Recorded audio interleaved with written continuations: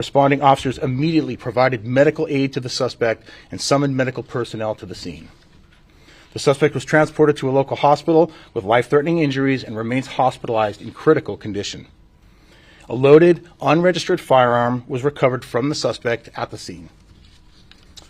The swift response to the call for help by our officers likely saved the lives of many families in the apartment complex and surrounding neighborhood.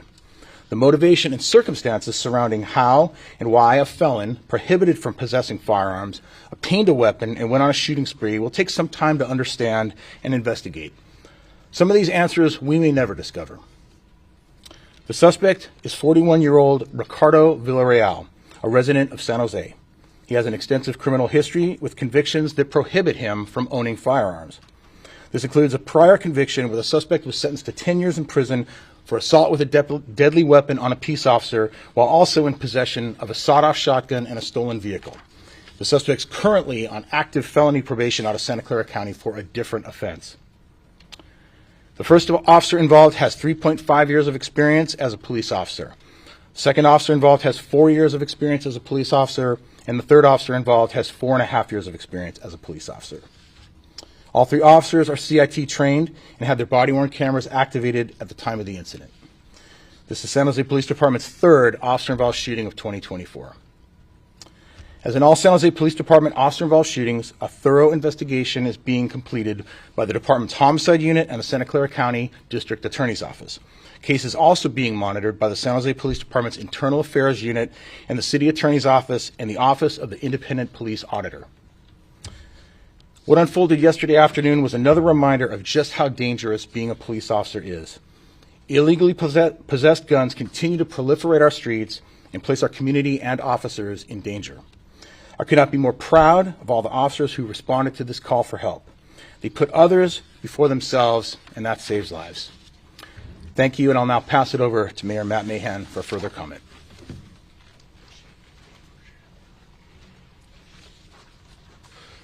Thank you, Chief Joseph. Good afternoon. Thank you all for being here. We're here for the second time in 1 month to talk about the same thing, courage. Each and every day, our officers assume immense personal risk to make sure our community is kept safe. And in this case, they kept an entire apartment complex safe from a suspect with a long record and a history of substance abuse and drug sales. Our residents called for help, and our officers responded quickly and bravely to ensure everyone was kept safe. I'm deeply grateful for their courage. They're part of an exceptional police department full of selfless people who sacrifice their own safety in pursuit of a safer city for everyone. This incident also offers us a reminder of the work we need to do to make San Jose a safer city for all of us. We need to continue pushing to fully staff our police department because in dangerous situations, minutes matter. We need to work to better address addiction and substance abuse.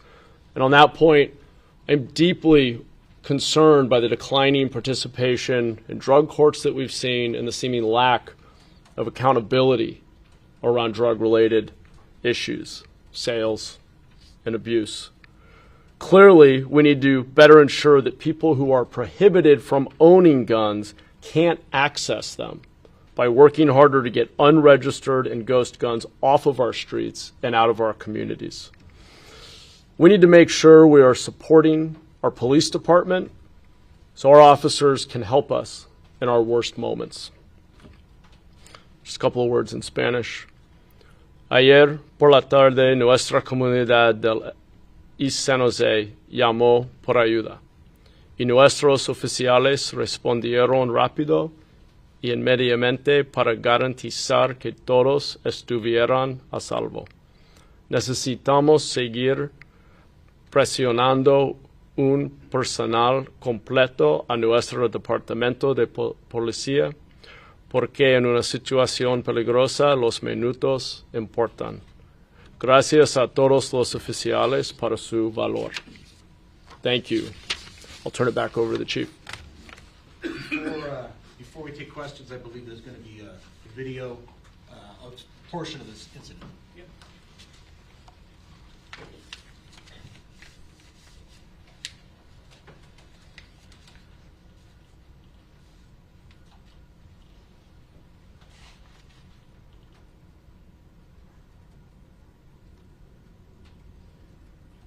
just for reference, this is what the officers encountered when they first arrived on scene.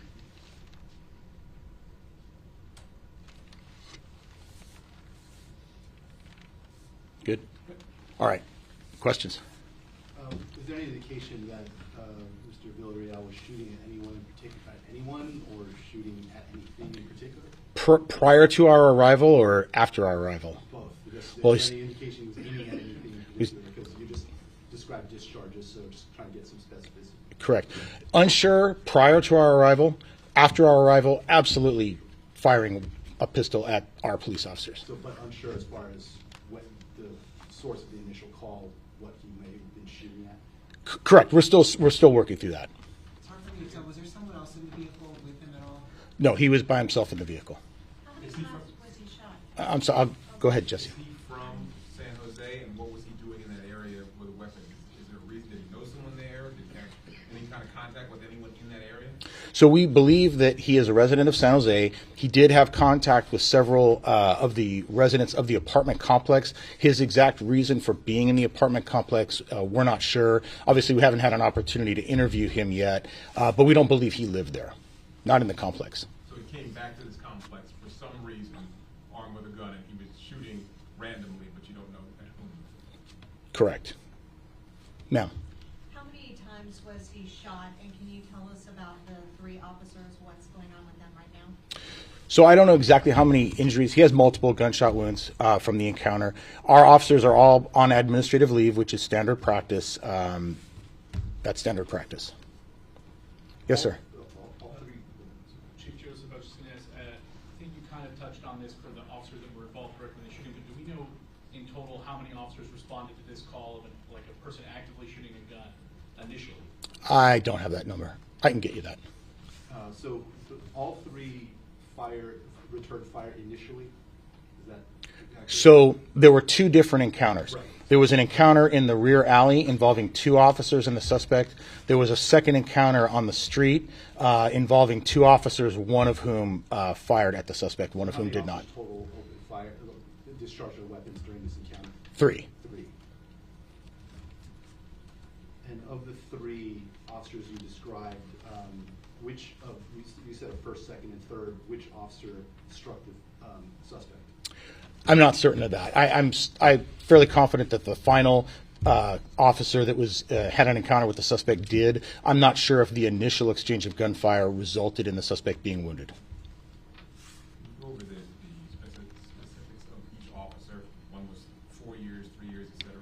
I believe one was 3.5, one was 4, and one was 4.5. But let me double check. That's correct. One had 3.5 years of experience. One had 4 years of experience. One had 4.5 years of experience. Which one did the shooting? All 3 of those officers that whose experience level I described, discharged their firearms. But it was, Which one hit? Only one hit them. That's what we're not certain of. Any other questions? Was he under the influence of any substance? We don't know that at this time. We hope to get that answer, but we're not certain. And you mentioned he's a felon.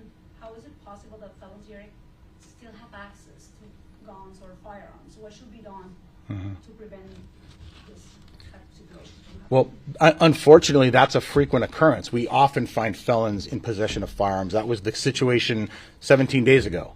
And so that's part of what we were trying to figure out. It's part of what we're trying to convene a group of people together to figure out why in San Jose we are seeing this uptick in gun violence directed at our police officers. I've been doing this a very long time. I've never seen us, San Jose police officers, take so much gunfire in such a short period of time. Yes, sir. Chief Joseph, I just want to ask kind of a policy question. When officers hear a call that there's an active shooter or somebody firing a gun, it's obviously a very dangerous call from the get-go.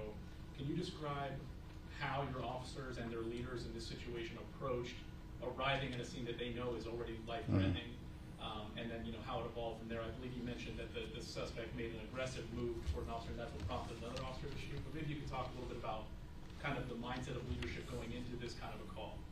Well, obviously, the mindset is that this is a very dangerous situation. Initially, they did not locate anybody. It took some time to actually find the suspect. So sometimes we'll get a report of something that the person, it doesn't turn out to be the case, or the person, we can't locate the person. So there's, every call is different. It's hard for me to explain exactly how you would approach each and every call, but certainly any call involving a firearm, there's the potential for a member of the community to get hurt, there's the potential for the officers to get hurt, so it's one in which we take very seriously. And to be clear, you said the call was that he was actively shooting, but you said it took a while for officers to locate him, so I assume he wasn't actively firing when they arrived. That's correct. When they arrived, they were not hearing gunfire. Thank you. You mentioned that it was an unregistered firearm. Was it considered a ghost gun, or just that it was unregistered? No, so a ghost gun is a kind of a vernacular for a personally manufactured firearm. Just means a gun that was not produced commercially. This was a commercially produced firearm with a serial number, and when we check that serial number, we're not finding a dealer record of sale. So that just simply means it's not registered in a record that we can find. So we will go back with the Bureau of Alcohol, Tobacco, and Firearms and try our best to trace its origins. Although once a firearm passes through hands other than through a licensed firearms dealer, it's going to become tougher to trace. Were there any other weapons found inside his vehicle? I don't believe there were. That initial search you just talked about with respect to the gun, was that limited to California, or was that, do you have access to national records? I know it's a California search for sure, and I believe that the further trace needs to be done by the Bureau of Alcohol, Tobacco, and Firearms. This is the third officer involved shooting this year. How does that compare to last year? Is this more now? Two all of last year. You've already passed last year. That's an unfortunate total that we don't want to top each year, for sure. You mentioned he was charged in the past for violence against an officer? Yes, he was convicted of assault with a deadly weapon on a police officer, and in that event, he was armed with a sawed-off shotgun, and he was driving a stolen vehicle. Was that in the CPD officer? Well, yes, it was. Chief, if maybe I could just highlight on these Sure. questions on guns, just very brief. I just want to highlight some of the good work our department does on guns, and it has a budget nexus, which is why I just want to comment on it for a moment, and it's why I'm pushing so hard to stay focused on a few basic issues and properly fund and staff this department. Our department has our GHOST team, which is the the gun and hazardous offender suppression team.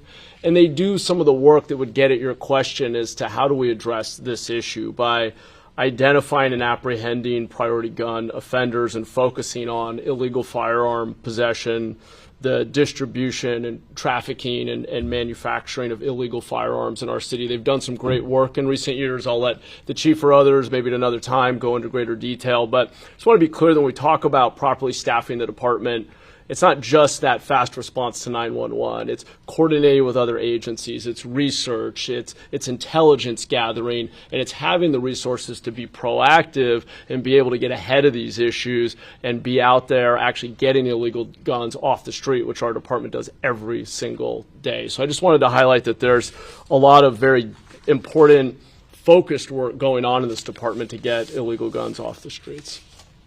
I'll turn it back to you. All right, real quick, so if you have any additional follow-up questions, please email SJPD Media Relations. I'll be more than happy to answer those. Susie, can you bring up the original video again? I want to give you a little bit of clarification just for context, because I know we went through it pretty quickly.